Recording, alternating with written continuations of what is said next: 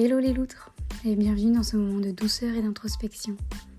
À travers mes podcasts, je vous partage mes expériences de vie, ma vision du monde et les clés que j'ai découvertes pour améliorer mon quotidien. Et j'espère, jour après jour, grandir avec vous. Hello petite loutre et bienvenue à toi dans ce nouvel épisode. Aujourd'hui, nous allons parler de la peur. Tu sais, c'est cette émotion qui t'empêche d'avancer, qui te bloque, qui te crispe, qui parfois même te tétanise. La peur est une émotion qui est souvent catégorisée de négative, tout simplement puisqu'elle est ressentie lorsque ton cerveau se sent en danger. C'est l'émotion qui prend le dessus lorsque la situation est liée à ta survie. Mais aujourd'hui, j'aimerais apporter une nouvelle vision de cette émotion. J'aimerais te faire comprendre qu'à travers les peurs, on peut apprendre énormément de choses sur soi, mais également sur les autres.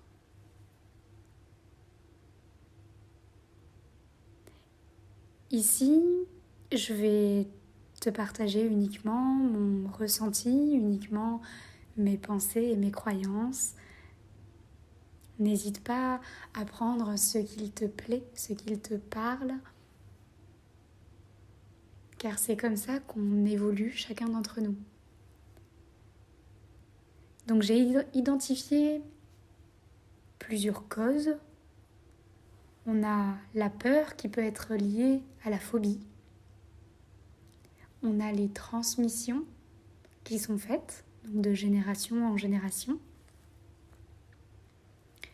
On a la peur du changement, du nouveau, de l'évolution.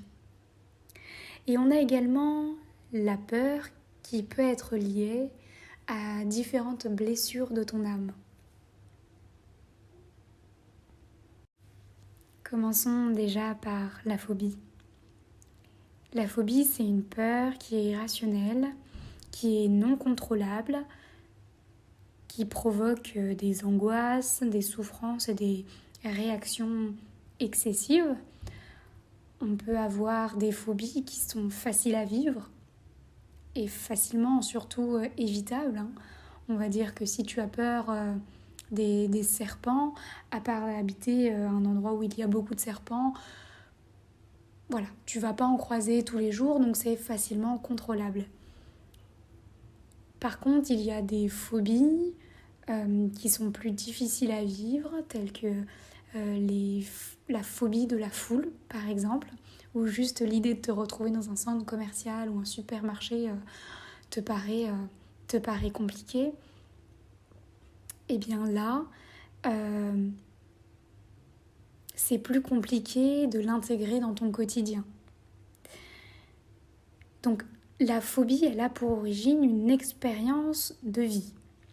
Donc tu as vécu un événement qui a été traumatisant ou un stress qui était tellement intense que ton cerveau aujourd'hui considère que cette expérience est une menace pour toi.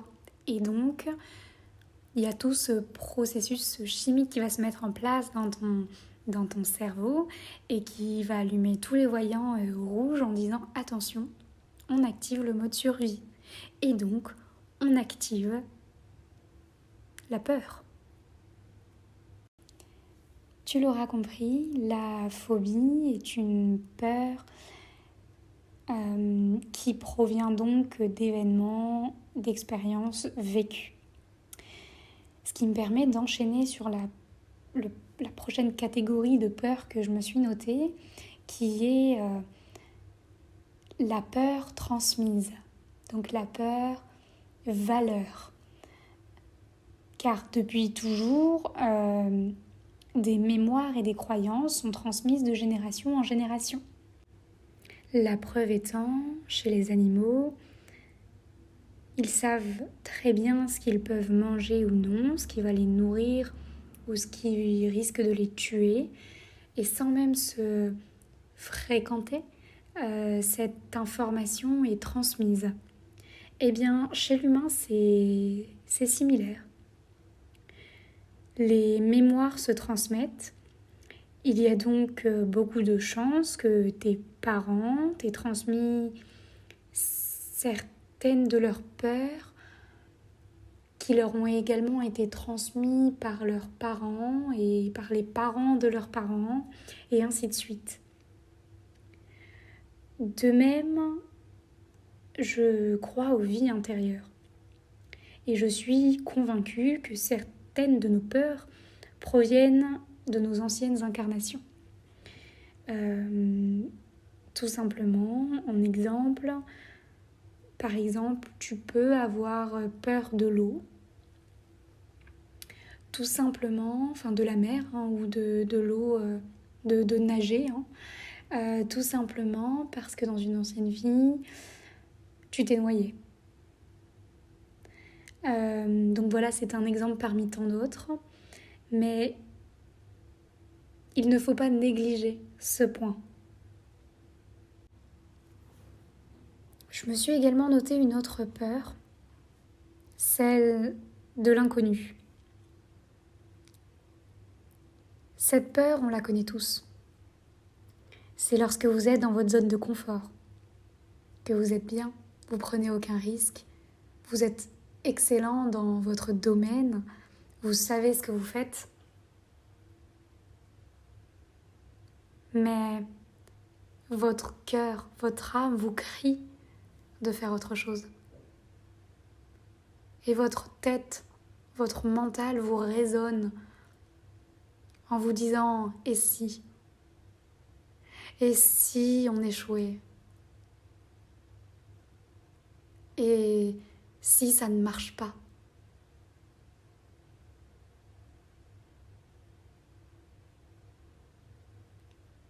Et si les autres voient mon erreur, mon échec? Donc cette peur,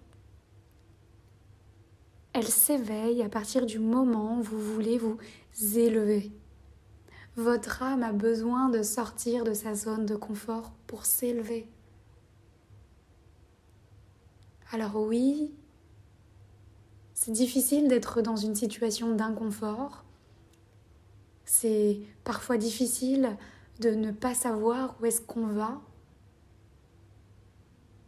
Mais c'est ça la beauté du voyage qu'est la vie. Alors, je vous invite à sortir de votre zone de confort, à faire des choses que vous n'aurez jamais osé par peur. Faites-le. Faites-le parce que en sortant de cette zone de confort, vous allez rencontrer une nouvelle facette de vous-même. C'est ça aussi la beauté de la vie. À présent, parlons des peurs liées aux différentes blessures de votre âme. Alors vous allez me demander c'est quoi? Pour information, ce n'est pas moi qui l'ai inventé. Je vous invite à lire les différents livres qui parlent en fait des 5 blessures de l'âme, des 5 principales en tout cas, blessures de votre âme. Mais je vais essayer de vous résumer rapidement ce que vous pouvez trouver bien détaillé dans des bouquins. Donc déjà, ce qu'il faut savoir, c'est que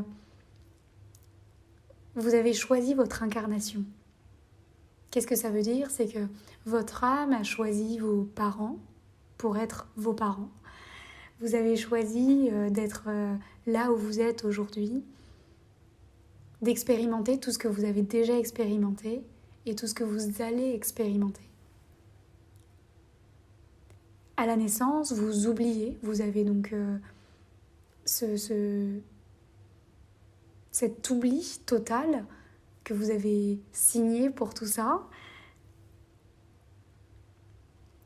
Et ce qui est intéressant, c'est que vous venez en fait expérimenter différentes choses sur Terre et les personnes qui sont entrées dans vos vies, les personnes qui sont dans vos vies actuellement et les personnes qui seront dans vos vies vont vous apporter des choses. Et vice-versa, vous allez leur apporter des choses.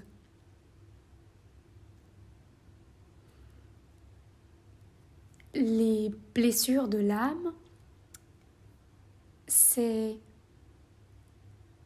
des blessures qui sont apparues à des moments T de votre vie, dans cette vie ou dans une autre incarnation, et qui, tant qu'elles seront ouvertes,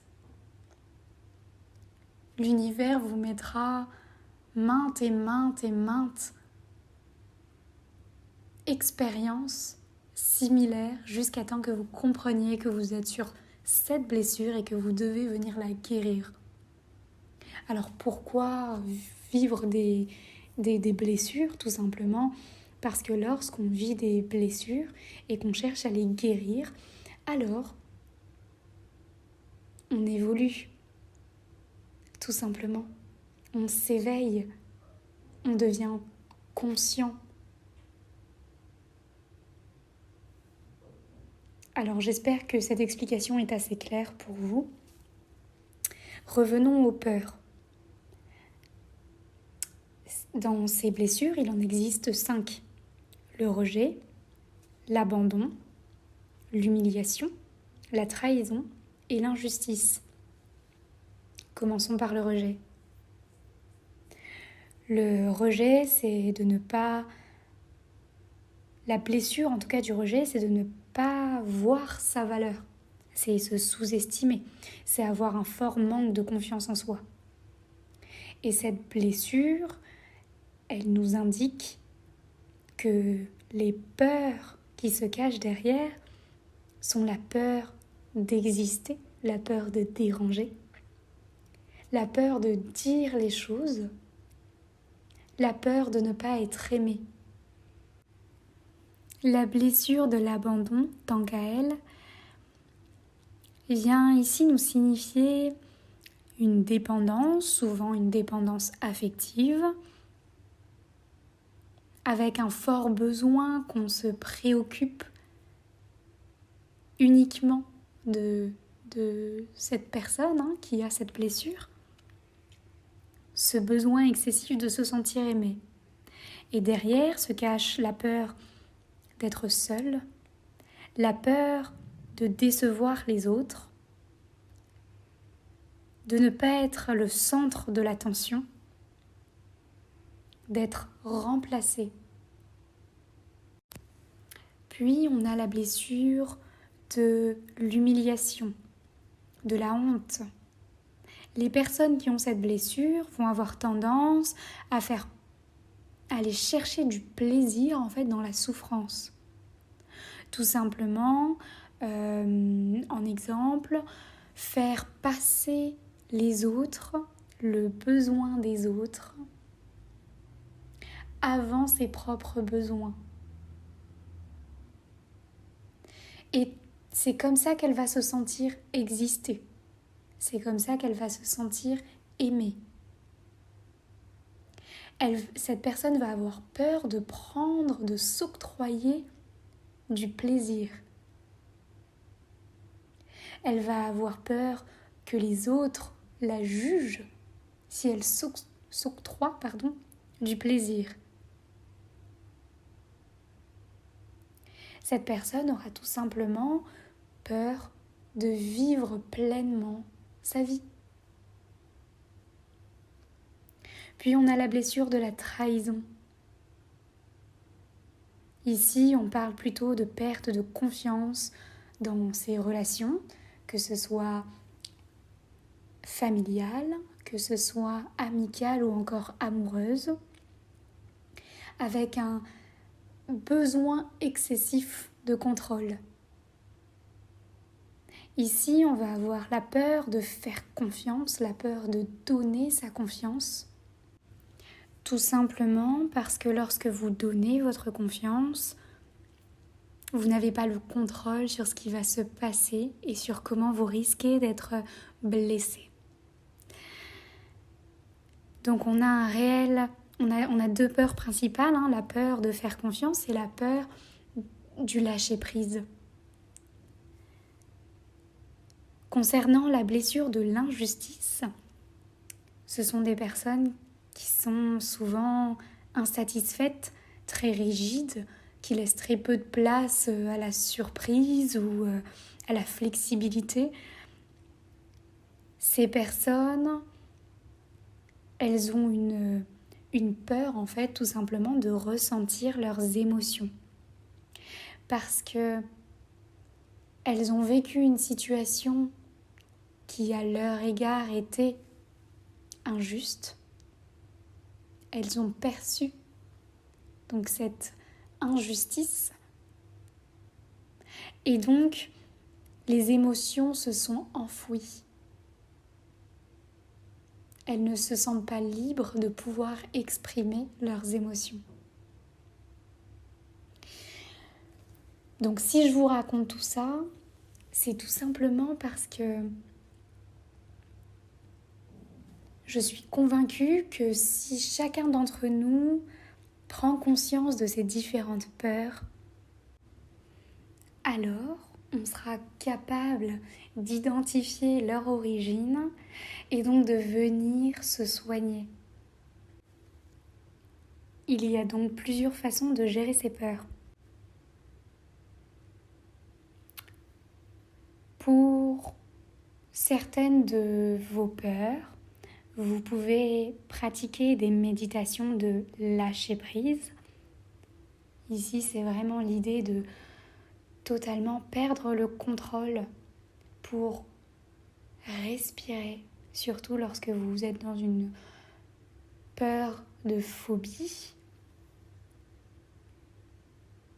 Je vous invite également à faire quelques exercices d'intuition puisque la peur est liée à votre intuition. Donc, il n'y a rien de mieux que de savoir faire confiance à son intuition et donc de la travailler. Mais la peur, de manière générale, vous allez pouvoir la travailler sous forme d'hypnose ou en allant discuter en fait avec une personne, donc que ce soit un thérapeute, que ce soit un coach, que ce soit un psychologue, il y a des personnes qui peuvent vous aider. Vous pouvez déjà faire ce premier travail d'essayer de comprendre pourquoi cette peur existe. Ce qui est intéressant aujourd'hui, et là où je voulais mettre l'accent, c'est que je vous invite en fait à mettre de l'amour là où vous avez des peurs. Je m'explique. Si, imaginons, votre peur, c'est la blessure de l'abandon. Vous avez donc peur de la solitude. Si vous avez peur de la solitude, ça veut dire que vous avez des comportements lorsque vous êtes seul.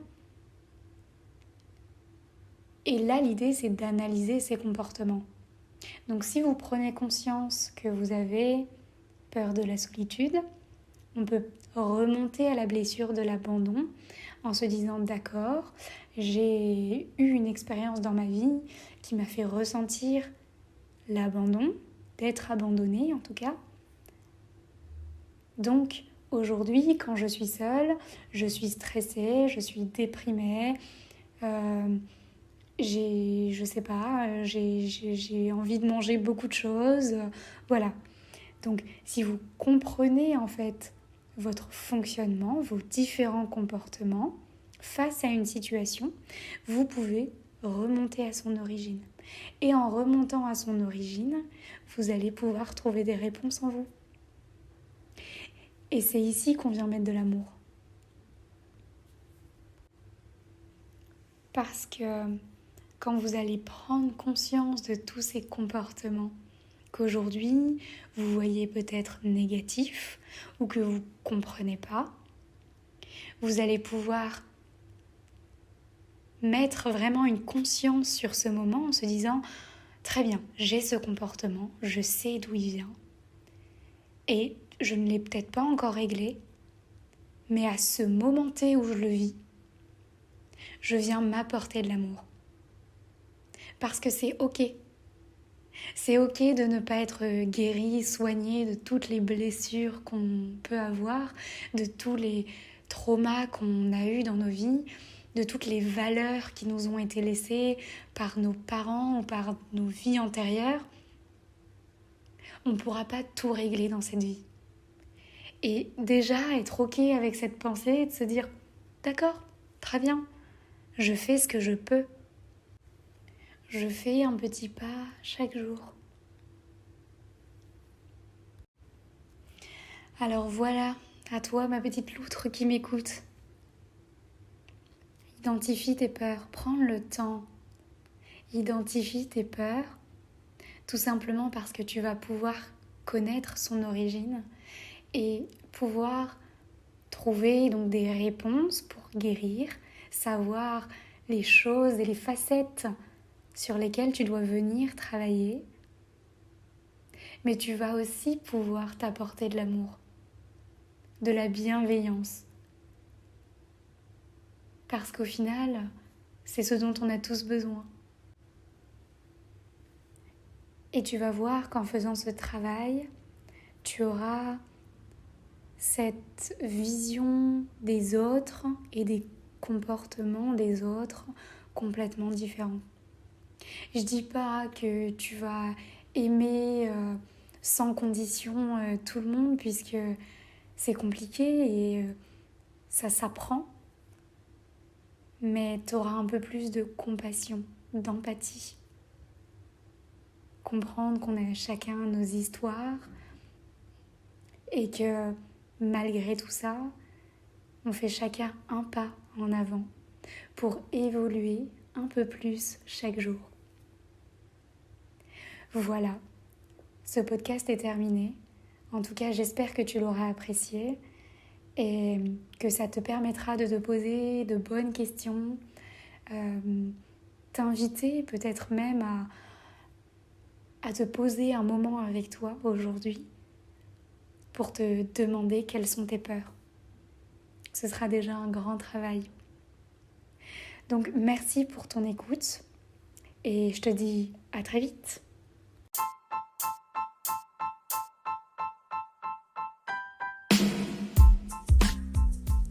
J'espère que ce podcast vous a plu. N'hésitez pas à vous abonner et à liker. Je vous dis à bientôt et en attendant, prenez soin de vous.